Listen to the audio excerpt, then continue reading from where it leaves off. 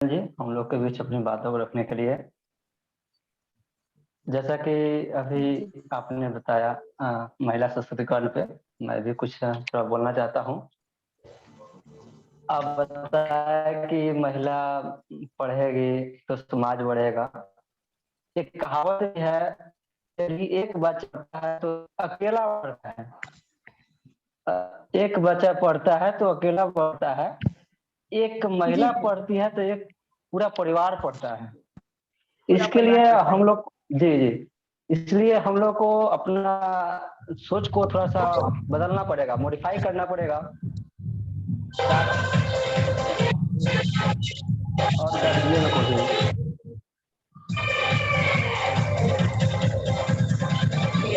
अपना जो भी अपना माइक को म्यूट कर लें। हेलो।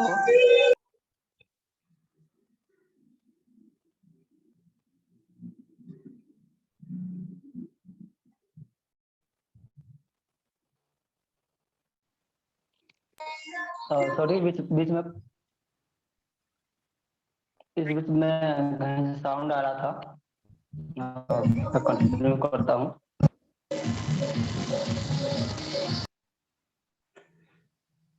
प्लीज़ सभी कोई अपने माइक को अनम्यूट कर ले।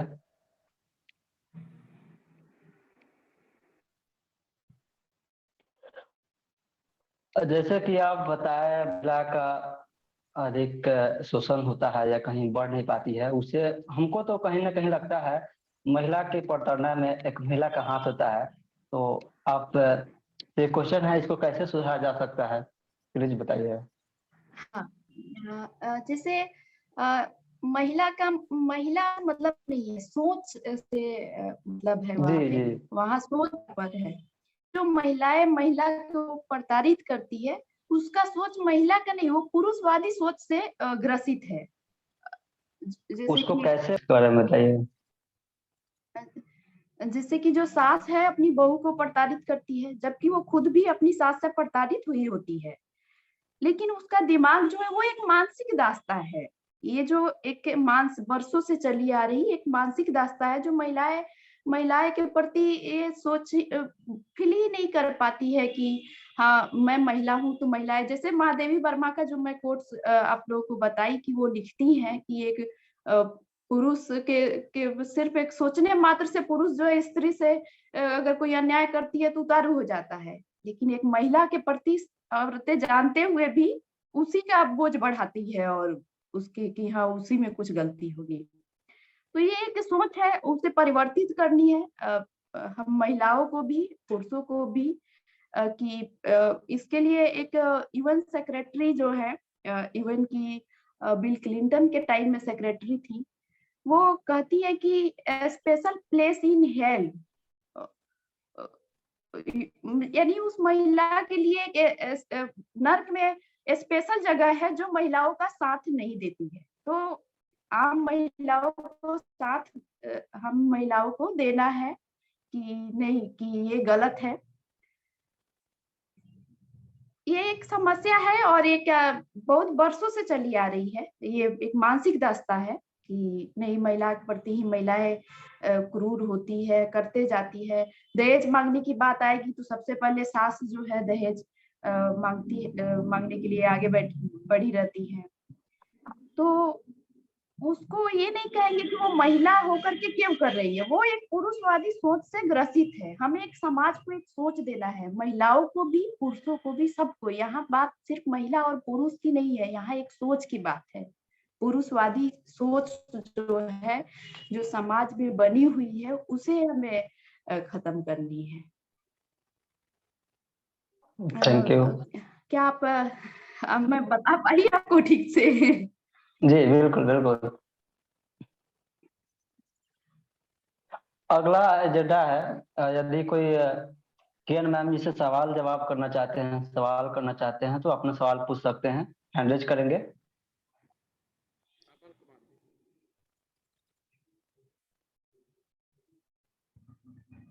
अमन कुमार जी अनम्यूट कीजिए और पूछिए सवाल। ओके, थैंक यू फिर से मौका देने के लिए मुझे। Hello. Am I audible? Hello yes hello. Hello. हाँ हाँ हाँ बोलिए। अमन, पहले तो मैं आपका धन्यवाद करना चाहूँगा, क्योंकि मैं एक्चुअली लेक्चर तो इस तरीके का मैंने पहले भी सुना था, बट आपने जो ये बताई कि जेंडर इक्वलिटी की जो बात है, इसमें महिलाएं का जो सशक्तिकरण की बात जब हम करते हैं तो उसमें कहीं ना कहीं महिला और पुरुष दोनों के सोच में परिवर्तन लाएंगे, तब जा करके महिला सशक्तिकरण हमारा सफल हो पाएगा। हाँ बिल्कुल बिल्कुल। तो एक्चुअली मेरा क्वेश्चन एक्चुअली इस महिला सशक्तिकरण पे नहीं है मैम। एक्चुअली क्वेश्चन थोड़ा सा बस वो हो जाता है कि जब टेक्निकली के कारण से मैं आपका वो जर्नी का स्टोरी पूरा नहीं सुन पाया। एक्चुअली ऑलरेडी नीतीश जी ने बताया, बट मैं वो अगर एक रिक्वेस्ट करना चाहूंगा कि अगर आप अपना जर्नी फिर से अगर बता पाए थोड़े से संक्षिप्त समय में, कि वो कैसे आपने उसमें उस जैसा कि सर बता रहे थे कि क्लास 8 के बाद आपने वो स्टार्ट किया था पर्यावरण से संबंधित कुछ कार्य, तो वो आइडिया कैसे आया था और उस पर क्या क्या स्टेप्स आपने लिए थे? एक्चुअली मुझे लगता है कि ये वो चीज हम लोगों के लिए काफी प्रेरित करेगी और देखिए मोटिवेशन। चूंकि मैं एक किसान परिवार से मैं भी बिलोंग करती हूँ, तो जी खेतों जी। में मेरा आना जाना ज्यादा रहता था। और पेड़ शीशम के बहुत सारे पेड़ लगे थे खेतों में। शीशम जी चूंकि आप लोग चूंकि परिचित होंगे कि वो खेतों में रह करके भी काफी आसानी से बिना फसल का नुकसान पहुंचाए हो जाता है खेत में। जी जी बिल्कुल। लगे हुए थे। और 2005 के बाद उसमें डाईबैक रोग, डाईबैक तो मैं बाद में नाम जानी, पहले वही था कि शीशम अचानक से कोई बीमारी लग जा रही है, सूख रहा है। तो मेरे खेत में भी पेड़ सूख रहे थे, बहुत सारे। तो एक बार मैं देखी कि पेड़ आंधी में गिर गया था, उसका जड़ सड़ा हुआ था कि सड़ गया है जड़।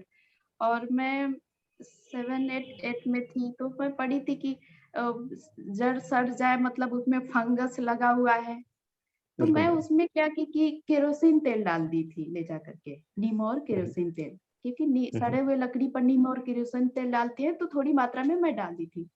फिर मैं देखी कि कुछ जो मुरझा रहा था 10 15 दिन में हरा हो गया।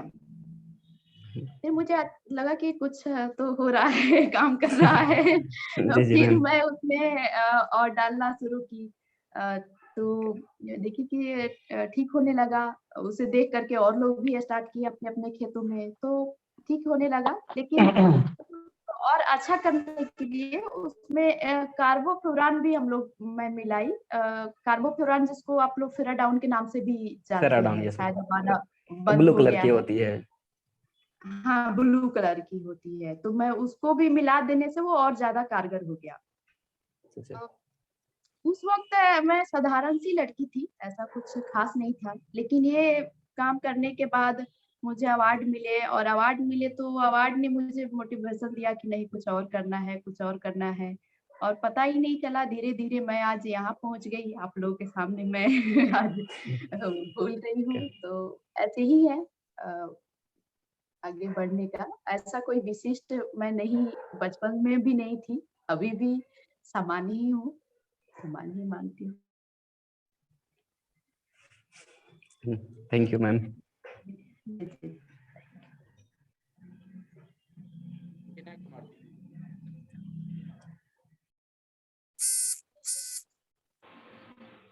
हेलो सर, आवाज आ रहा है मेरा? हाँ हाँ बिल्कुल। नमस्ते सब साथियों को, मैम का नमस्ते। मेरा भी सवाल यही था मैम से जी नमस्कार नमस्कार। कि उनका जर्नी हाँ हाँ कैसे बताइए। शुरू हुआ, उसके बारे में थोड़ा सा उनके मुख से सुनना चाह रहे थे जी। हाँ तो लेकिन सुन शायद लग लिए, रहा है मेरा दूसरा कोई जवाब सवाल मिल है तो गया। पूछिए। जी जी ठीक, ठीक मेरा जवाब मिल गया सर। ठीक है, थैंक यू थैंक यू। और कोई है? देखिए नीतीश जी अनम्यूट करके बोलिए। नीतीश जी दूसरे किसी का प्रश्न होगा तो पूछ सकते हैं।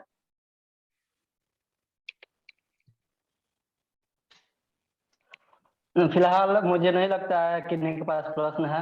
तब तक प्रश्न तो ढूंढे। मेरे पास एक प्रश्न है मैडम के लिए। मैम, हाँ हाँ 7 फेल लेने से पहले आपको 700 पेड़ लगाने की प्रेरणा कहाँ से मिली, मुझे मेरा बताइए। अच्छा। हाँ, हाँ, ये भी एक काफी इंटरेस्टिंग किस्सा था कि मैं इंटरेस्टिंग बैठी हुई थी जब और शादी तो जब मेरा हम उस ऐसे समय था कि 2016 में मोतिहारी में थे। अच्छा बोलने दीजिए अच्छा उनको पहले।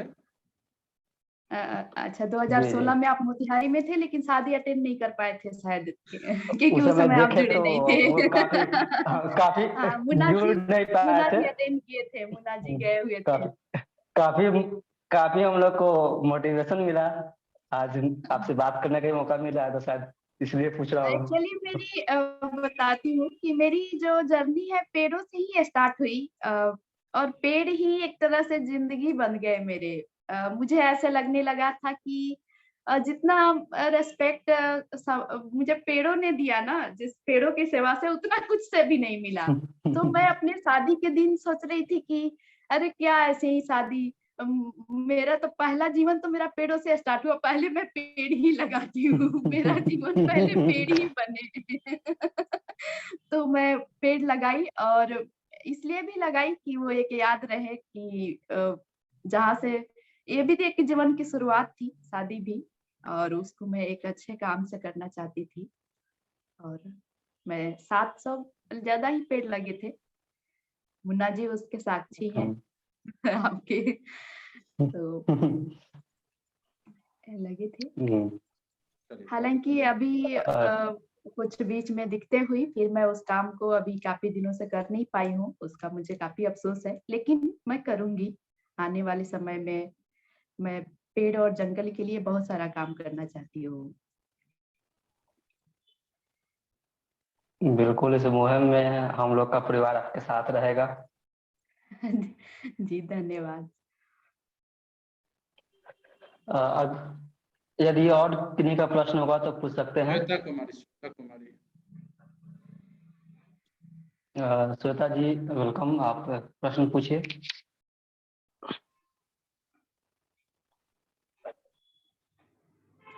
अनम्यूट करके सवाल पूछो। Hello everyone, good morning. Very good morning. Shweta Kumari. जी जी श्वेता बोलिए। मेरा सवाल था कि आप बोल रही थी आप बैठी थी तब शादी वाला, ऐसे मैं भी का पार्ट में हूँ। आप बताइए कि कैसे आप अपने परिवार समझे सब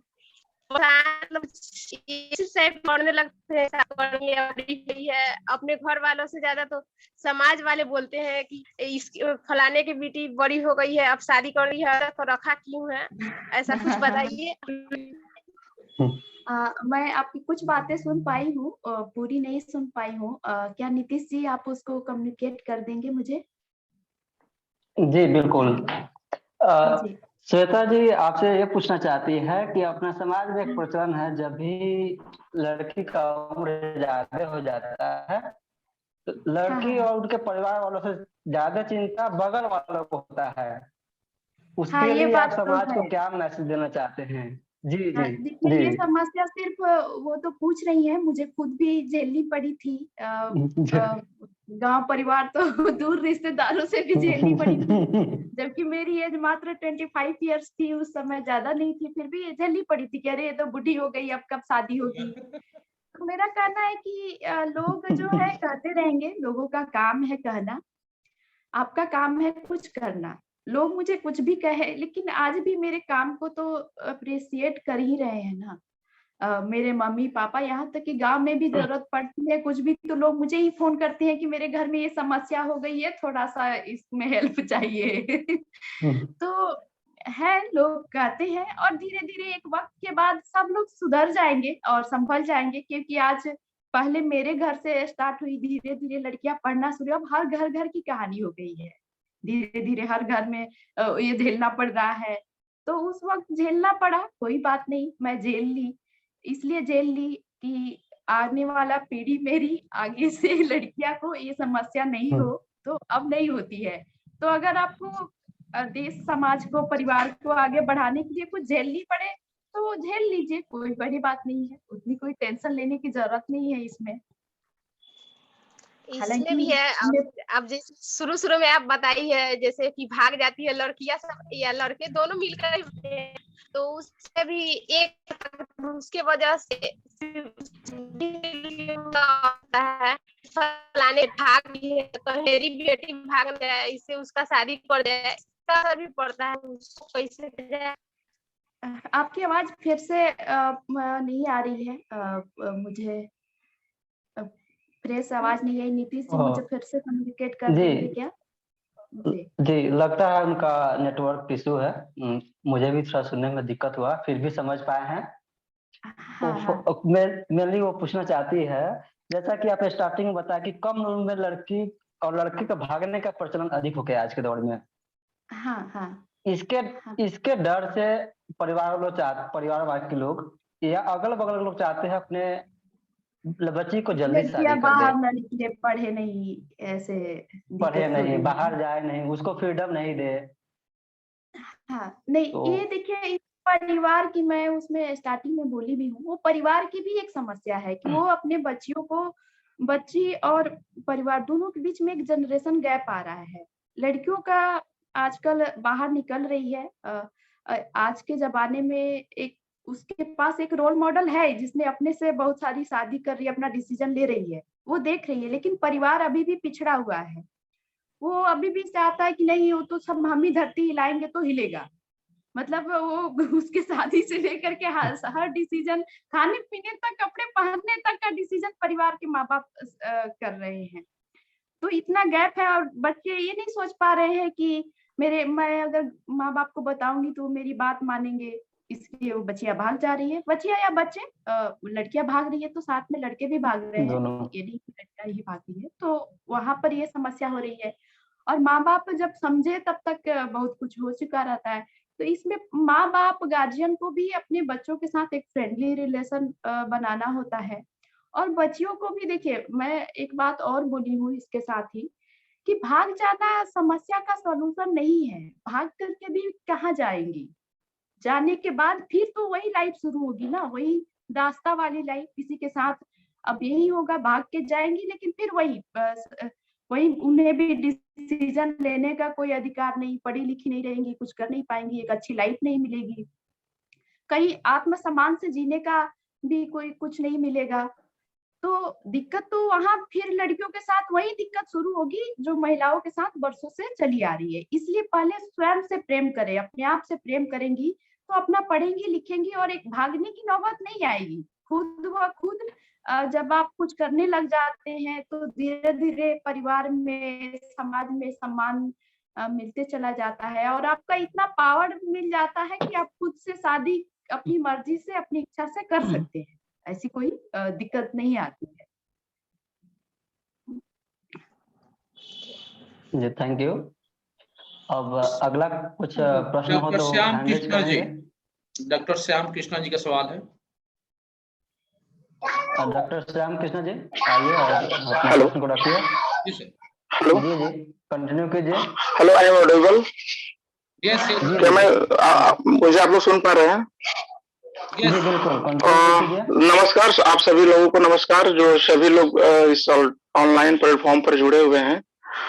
इस युद्ध दरबार में आप सभी का स्वागत भी मैं भी करता हूं आप लोगों को, क्योंकि मैं भी इससे जुड़ा हूं। आज तो जैसा किरण दीदी ने बताया, सब कुछ बताया उन्होंने सशक्तिकरण के बारे में, महिलाओं के बारे में कि कैसे एम्पावरमेंट हो रहे हैं या होना है। लेकिन एक दो चीज मैं इसमें जोड़ना चाहूंगा कि महिलाओं सिर्फ महिलाएं के लिए सिर्फ पुरुष ही जिम्मेदार नहीं है। अगर हम दहेज प्रथा की बात करें तो आज के दौर में आप देखेंगे तो सबसे ज्यादा दहेज मांगने वाली महिलाएं ही हैं। जो घर में बड़े बुजुर्ग महिलाएं हैं, वो सीधा मुंह खोल के मांगती हैं कि मुझे इतना दहेज मिलना चाहिए, अपने बेटा को मैं पढ़ाया हूं तो इतनी दहेज मिलना चाहिए, ये मिलना चाहिए। तो कहीं ना कहीं एक महिला का दुश्मन महिला ही बन जाती है। और एक ही गर्भ से पैदा हुए एक बेटा और बेटी, एक माँ दोनों के साथ दोहरा व्यवहार करती है। बेटी को कम पढ़ाने की कोशिश करती है, बेटा को ज्यादा पढ़ाने की कोशिश करती है। तो कहीं ना कहीं हमें उस जगह चोट करना है जहां से दोनों आते हैं, बच्चे हों या बच्चियां हों। कहीं ना कहीं हम अगर उस लड़का के मानसिकता को भी चेंज करें, जहां से एक लड़का आ रहा है, वहां से उसकी मानसिकता को भी चेंज करे। तो जो अभी एक श्वेता कोई की बच्ची पूछ रही थी कि लड़कियां भाग जाती हैं लड़के, तो कहीं ना कहीं इसके लिए जिम्मेदार दोनों हैं। कहीं ना कहीं लड़का के मन में भी क्या एक लड़की के प्रति एक जो अपोजिट सेक्स की बात है, ठीक है, कहीं ना कहीं वो एक दूसरे को समझ नहीं पा रहे हैं। सीधा सा सीधा मतलब उनका वही है। लेकिन अगर एक दूसरे को रिस्पेक्ट करना सीखेंगे, ये एक संस्कार से आता है।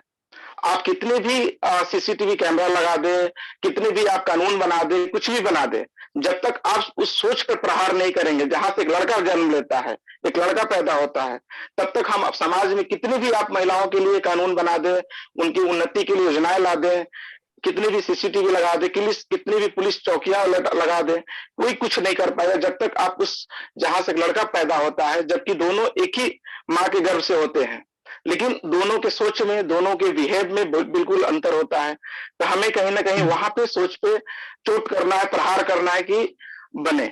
और दूसरी चीज एक और मैं बताना चाहूंगा कि एक कविता है जो श्वेता नाम की जो लड़की पूछ रही थी, कहीं ना कहीं उनका सार इस कविता में मिल जाएगा। एक कमला बसीन फेमिनिस्ट थी, इंडिया के बहुत बड़े नारीवादी हैं, महिलाओं का प्रतिनिधित्व करती थी, अभी हाल ही में उनका देहांत भी हुआ है। वो एक कविता के माध्यम से लड़कियों के बारे में बताया है। उस कविता का शीर्षक है क्योंकि मैं लड़की हूं मुझे पढ़ना है, ये शीर्षक है। उसमें एक पिता अपनी बेटी से कहता है पढ़ना है तुम्हें क्यों पढ़ना है, पढ़ने को बेटे काफी हैं, पढ़ने को बेटे काफी हैं तुम्हें क्यों पढ़ना है। बेटी पिता से कहती है जब पूछा ही है तो सुनो मुझे क्यों पढ़ना है, जब पूछा ही है तो सुनो मुझे क्यों पढ़ना है, क्योंकि मैं लड़की हूं मुझे पढ़ना है, पढ़ने की मुझे मनाही है सो पढ़ना है, मुझमें भी तरुणाई है सो पढ़ना है, सपनों में ली अंगड़ाई है सो पढ़ना है, कुछ करने की मन में आई है सो पढ़ना है, क्योंकि मैं लड़की हूं मुझे पढ़ना है, मुझे दर दर नहीं भटकना है सो पढ़ना है, मुझे अपने पांवों पे चलना है सो पढ़ना है, मुझे अपने डर से लड़ना है सो पढ़ना है, मुझे अपना आप ही गढ़ना है सो पढ़ना है, क्योंकि मैं लड़की हूं मुझे पढ़ना है, कई जोर जुल्म से बचना है सो पढ़ना है, कई कानूनों को परखना है सो पढ़ना है, मुझे नए धर्मों की रचना है जो पढ़ना है, मुझे सब कुछ ही तो बदलना है सो पढ़ना है, क्योंकि मैं लड़की हूं मुझे पढ़ना है, हर ज्ञानी से बतियाना है जो पढ़ना है, मीरा का गान गाना है सो पढ़ना है, मुझे अपना राग बनाना है सो पढ़ना है, अनपढ़ का नहीं जमाना है सो पढ़ना है, क्योंकि मैं लड़की हूं मुझे पढ़ना है। तो कहीं ना कहीं लड़कियों का जो भाव है, लड़कियों की जो सशक्त करने की उन्होंने बात की, कहीं ना कहीं इस कविता के माध्यम से पूरे देशवासियों के सामने इन्होंने रखा है, कमला बसीन मैडम, स्वर्गीय कमला बसीन मैडम जी ने। और कहीं ना कहीं इन्होंने नारियों के लिए काफी बड़े आयाम निर्धारित किए हैं कि नारियों को क्या करना चाहिए, क्या नहीं करना चाहिए। एक ऐसी नारी जो कभी किसी से नहीं डरी, कभी अपने वो खुलकर नारी का भी विरोध करती है, एक नारी ही नारी का बताती है कि एक नारी ही नारी का सबसे बड़ा दुश्मन है। तो कहीं ना कहीं हमें उस सोच को बदलना है, क्योंकि एक माँ, एक दादी, कभी कभी वो लड़की हुआ करती थी, कभी वो माँ बन गई, दादी बन गई, लेकिन अपने पोतियों, अपने बच्चियों को, बच्चों के मुकाबले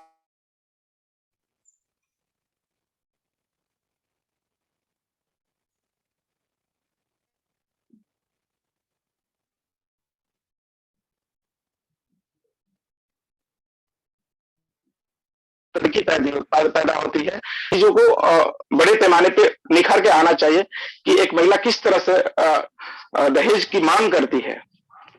बहुत बहुत धन्यवाद आप सभी का, बीच में मुझे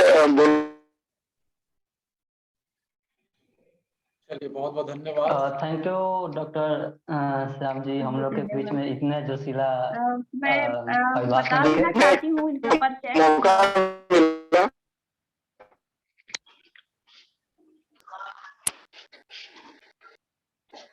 मैम जी कंटिन्यू कीजिए प्लीज। एक्चुअली ये अपनी शादी बिना दहेज का किए हैं और ये एक बहुत बड़ी क्रांति है। वो प्रोफेसर हैं श्याम कृष्णा जी तो यही मैं एक चीज ऐड करना चाहती हूँ। ये इन्होंने भी एक क्रांति करके अपनी शादी की है। वाह, चलिए इस बहुत कड़ी में बहुत मैं 2 लाइन धन्यवाद नीतीश जी, बहुत आपके लिए। धन्यवाद और बहुत उनके अच्छा, लिए बहुत अच्छा। इस कड़ी को आगे बढ़ाते हुए डॉक्टर श्याम जी के लिए मैं चाहता हूँ कि सबको एक बार क्लैपिंग करें जोरों से। Yes yes yes.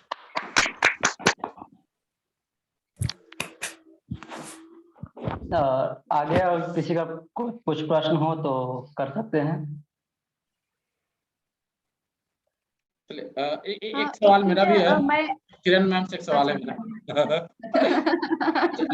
अभी थैंक यू। क्या है, मैं व्यक्तिगत स्तर पे भी देख रहा हूँ, जो दहेज वाली बात आई है तो मेरे दिमाग में आया है, मैंने ये दहेज को मैंने खत्म करने का क्या तरीका है? क्या लड़के लोग ही चाहेंगे तभी होगा या लड़कियां भी चाहेगी? क्योंकि लड़की के फादर, जैसे मेरे पास प्रस्ताव आते हैं अभी अभी जो आ रहे हैं मेरे पास, उसमें आ रहे हैं कि इतना पैसा दूंगा, आप ऐसा ऐसा व्यवस्था करके आइएगा, इतना गाड़ी लाइएगा, इतना मैं ये करूंगा ही नहीं करूंगा।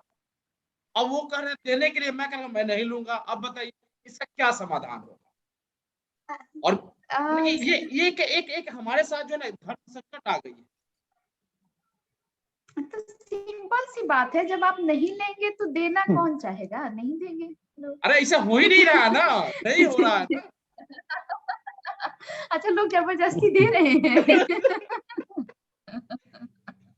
नहीं, मेरे भाई की शादी, मेरा जो छोटा भाई है उसकी शादी में ऐसे ही था। पहले लोगों को नहीं पता था कि दहेज लोग बहुत सारे इतने लाख ले लीजिए, इतने लाख ले लीजिए, डिमांड ऐसे ही आया, बातचीत स्टार्ट हुई और लेकिन लास्ट में हम लोग मना कर दिए। मैं तो अपने पापा से ये बोल दी कि अगर आप एक भी पैसा अगर डिमांड किए तो मैं मिजोरम से शादी अटेंड करने ही नहीं आऊंगी। क्योंकि मैं दहेज देने और लेने दोनों की विरोधी हूँ। तो वैसे मेरे पापा थोड़ा सा बीच में उन्हें लग रहा था कि खर्च कैसे मैनेज करेंगे, ये चीजें ऐसे ही सोच रहे थे, लोग दे रहे हैं तो ले लेता हूँ। लेकिन फिर बाद में मैं बोली नहीं, दे रहे हैं उससे मतलब नहीं है, आपको लेना ही नहीं है। तो फिर कुछ भी नहीं लिया गया, ज्वेलरी तक का भी कोई चीज का डिमांड नहीं हुआ और एक भी पैसा उनके हाथ से नहीं लिया गया। हालांकि वो बाकी जो फॉर्मेलिटी वैसे ही थी। तो आपका तो सिंपल सा है, मत लीजिए, एकदम से मना कर दीजिए। और ज्यादा एनीवे मैं तो कर रहा हूँ, देखिए क्या होता है। एनीवे जूही ब्याह हो तो मैम, इसमें कहीं ना कहीं मैं एक और सोशल चीज ऐड, कहिए। मैम, सॉरी इसमें थोड़ा सा मुझे लगता है कि डिस्टर्ब कहीं करते ना हुए मैं कहीं कुछ बोलना चाहता हूँ। एक जी, करके कहिए। बोलिए। जैसा कि मुन्ना सर बोले कि मैं दहेज नहीं लेना चाहता हूँ फिर भी दे रहे हैं, उसका एक सोल्यूशन मेरे पास है। मैं थोड़ा डिस्टर्ब कर रहा हूँ आप अच्छा, लोग को। बताइए बताइए।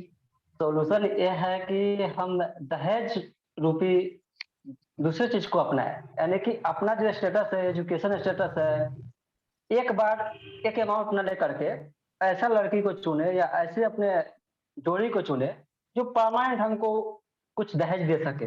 इतने सब ये करना चाहते हैं कि हम अपने स्टेटस मतलब की लड़की को दिमाग चुने। लगा दिए। जी, यदि यदि मैं टीचर हूँ तो बीएड किए हुए या पढ़ी लिखी लड़की के साथ शादी करे तो एक समाज में मैसेज आएगा कि हम अपने बच्ची को पढ़ाए, दहेज न देकर के बच्ची को पढ़ाए, आगे बढ़ाए, तो उसे भी अच्छा लड़का मिल सकता है। शायद यह भी सोल्यूशन है। हाँ, या ये जैसे कि पहले लोग लड़कियों को नहीं पढ़ाते थे, इसलिए नहीं पढ़ाते थे कि कितना भी पढ़ाओ दहेज तो देना ही पड़ता है। जैसे जब मैं देना पढ़ती पड़ेगा। थी तो मेरे साथ ये समस्या आती थी। मेरे एक रिलेटिव आकर के मेरे पापा को ये बोल के गए कि अरे इसको ज्यादा मत पढ़ाओ जितेंद्र। क्यों? क्योंकि अगर ये ज्यादा पढ़ेगी तो इससे ज्यादा पढ़ा लड़का खोजना पड़ेगा और ज्यादा पढ़ा लड़का खोजना पड़ेगा तो ज्यादा दहेज देना पड़ेगा, तो इसलिए इसको मत पढ़ाओ, अब बंद करो इसका। तो ये चीज एक समस्या है, दहेज के कारण भी लोग नहीं पढ़ाते हैं अपनी बेटियों को। हालांकि मेरे पापा वो जो एडवर्टीजमेंट जो स्टार्टिंग में मैं दिखाई इसलिए भी जुड़ी हूँ, वो कभी किसी का सुने नहीं, सपोर्ट करते रहे। हेलो। ठीक। जी जी। तो आपकी बात से मैं पूरी सहमत हूँ कि दहेज न दे करके उसको बेटी को पढ़ाया जाए तो वो ज्यादा अच्छा है ना, कि हर जैसे कि हर कंडीशन में वो अपने आप को कहीं भी खड़ा रख पाएगी। शादी दहेज देके करती है। अगर लड़के को कुछ हो जाता है फिर वो हेल्पलेस हो जाती है, तो उस कंडीशन में भी अपने आप को सपोर्ट कर पाएगी। या आजकल बहुत तरह की समस्याएं और भी चल रही है, तो हर जगह वो अपने आप अपना आत्मसम्मान से जी पाएगी, पढ़ी लिखी रहेगी तो दहेज से ज्यादा बड़ा है कि अपनी बेटी को पढ़ाएं, ये सबसे बड़ा दहेज है बेटी के लिए। जी जूही ब्याहुत।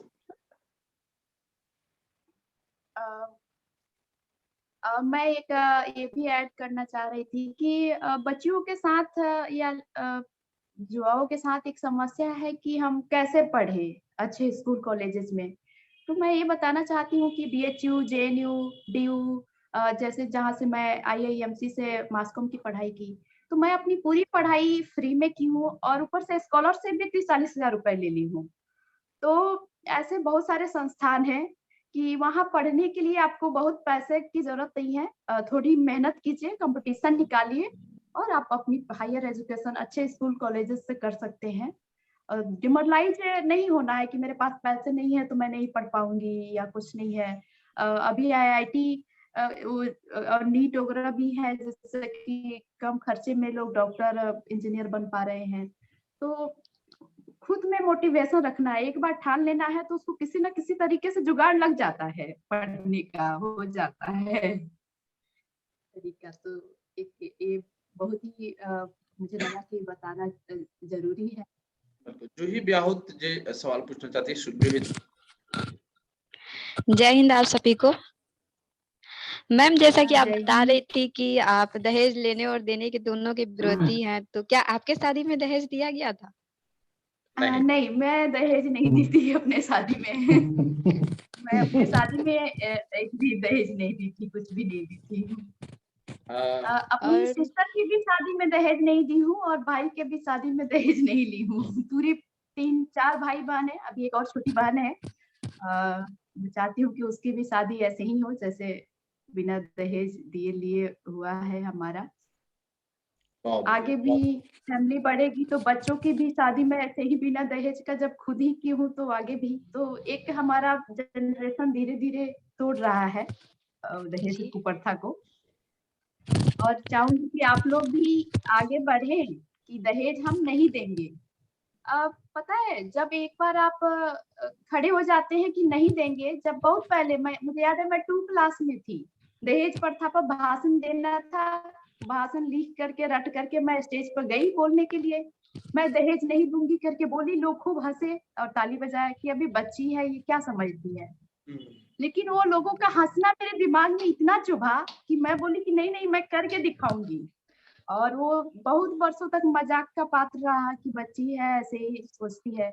लेकिन धीरे धीरे एक वक्त आया जब मैं उसको पूरा कर ली। तो आप लोग भी कर सकते हैं, कोई बड़ी चीज नहीं है। आप लोग भी एक बार ठान लेंगे कि दहेज नहीं देना है तो कोई ना कोई मिल ही जाएगा जो बिना दहेज का करेगा। कादिर जी मानी जी।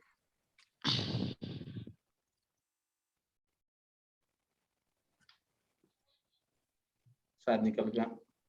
डॉक्टर श्याम सर कुछ शायद फिर बोलना चाहते हैं। श्याम कृष्ण जी। हाँ यस सर। हाँ हेलो।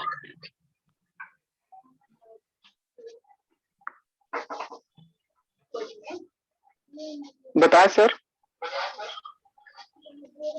जी सर, कंटिन्यू किया जाए सर।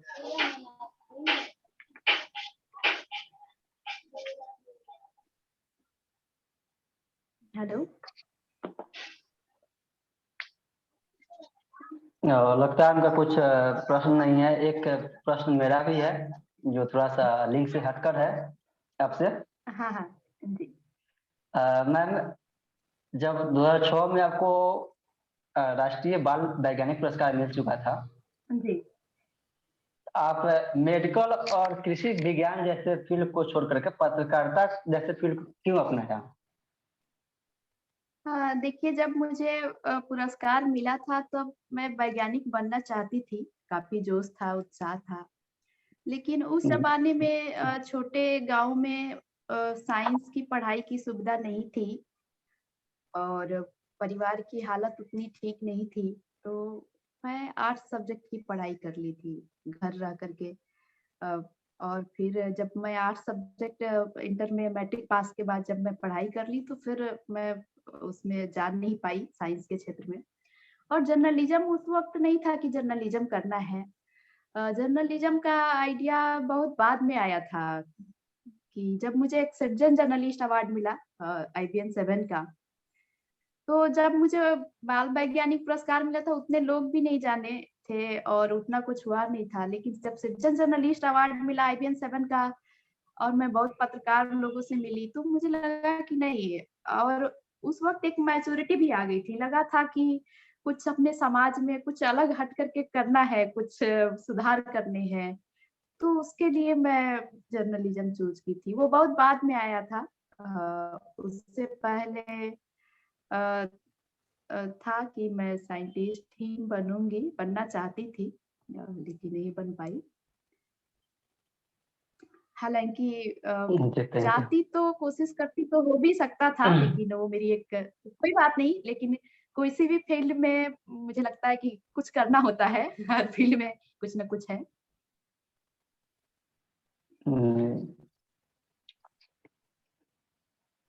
अगला फिर मेरी यदि पढ़ाई किसी नहीं को हो और पाई क्वेश्चन थी। हो तो बताएं।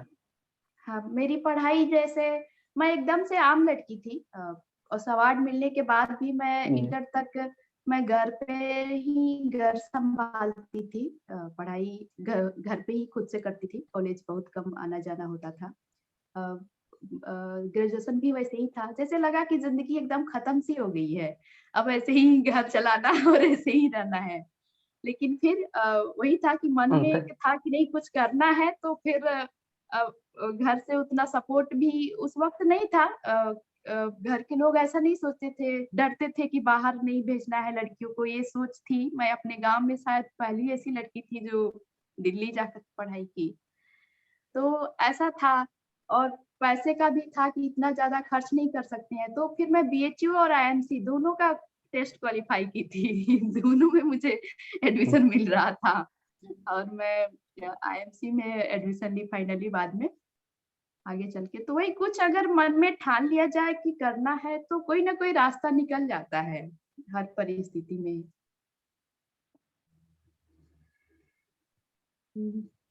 ठीक है, थैंक यू। अगला किसी का प्रश्न हो तो पूछ सकते हैं। आगे बढ़िए, आगे बढ़िए, आगे बढ़िए। अब अगले कड़ी में मैं फीडबैक सेशन सत्र को शुरू करना चाहता हूं। इसमें किसी को फीडबैक देना हो तो ओपन आकर दे सकते हैं। नमस्ते मैम। जी नमस्ते। मेरा नाम कादिर जिलानी है और हम गांव से हैं, देहात से, और हरसिद्धि प्रखंड के आते हैं। और आपके प्रखंड से बुरहानपुर पंचायत है, उसमें मेरा घर है। जी आपकी आवाज नहीं आ रही है।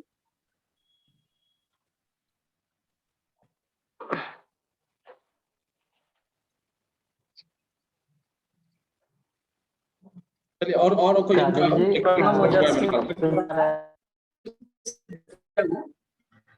और मैं बताना चाहता हूँ कि गाँव में दहेज के लेके शादी कट जाती है। कुछ लोग दहेज मांगते हैं इसलिए शादी कट जाती है, और कुछ लोग दहेज नहीं मांगते हैं तो शादियां कट जाती है। इसका समस्या हम देखे हैं हमारे मेरे साथ भी। सर के पास शेयर भी किए थे कि 5.5 लाख रुपया मेरे पिताजी को दहेज मिल रहा था, और जिसका मैं विरोध किया तो मेरा शादी कट गया। कि इस लड़का में कोई ना कोई कमी है जिसके चलते ये शादी के लिए मुख कर रहा है, कहीं इसका चक्कर करता नहीं है। वो शादी मेरा कट गया था। चलते मेरा शादी तो मेरे ही पंचायत में हुआ है, सर बारात अटेंड भी किए हैं। और उसके बाद जब मैं यहाँ शादी लगा तो हम चुप हो गए। हम बोले कि अब एक शब्द हमको बोलना ही नहीं है। अब क्या दहेज मिला नहीं मिला, दहेज का तो मैं विरोधी हूँ, और घर पे भी बोल दिया था कि दहेज के मामले में जो भी आएगा बात, हम उसके खिलाफ में शादी नहीं करूंगा, बिना दहेज के करूंगा। लेकिन आजकल जो है दहेज लोग कहीं ज्यादा के चलते कट जा रहा है, कहीं लोग बोल रहा है कि हम दहेज नहीं लेंगे, तो लोग बगल के लोग ही शादी काट दे रहा है कि एक लड़का की चक्कर ओकर बा, वही से शादी नहीं करो, दहेज नहीं मांग देंगे, शादी करे का मन नहीं। इसके ये, लेकर कुछ हमको बताइए। लोगों का जो दिमाग कहते हैं ट्रेंड लोगों को है आदमी समझाए। कि दहेज देना है। हेलो जी लोगों का दिमाग ट्रेंड है कि दहेज देना है, नहीं मांग रहा है तो कोई ऐसी समस्या है। लोग इससे आगे निकल नहीं पा रहे हैं, लेकिन हमें तो चेंज करनी है ना, तो कुछ तो जी जी जी रिस्क लेना होगा। तो जी अगर आप रिस्क लेते तो कोई ना कोई ऐसे मिल ही जाती और अच्छी मिल जाती। अभी ये आप पता नहीं दहेज लेके किए कि कैसे किए, मुझे अभी पता नहीं चल पाया, लेकिन रिस्क उठाते थोड़ा तो अच्छा हो सकता था, अच्छा बदलाव होता। जी हर कोई नहीं सोचता है, कुछ लोग सोचते हैं, लेकिन हर कोई नहीं सोचता है। उस समय ऐसा माहौल क्रिएट होता है कि आदमी चिंतित हो जाता है, परिवार और अपने खुद से ऐसा मैंने माहौल क्रिएट हो जाता है घर में क्या कि क्या करे नहीं करे। हाँ, उसी से तो लड़ना है हमें ना।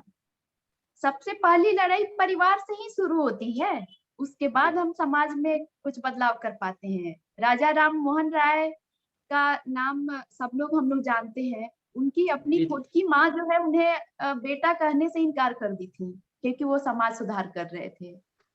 तो पहला घर में विरोध तो होता है, और वो सब कुछ झेलने के बाद भी अपनी रुके नहीं, समाज सुधार किए।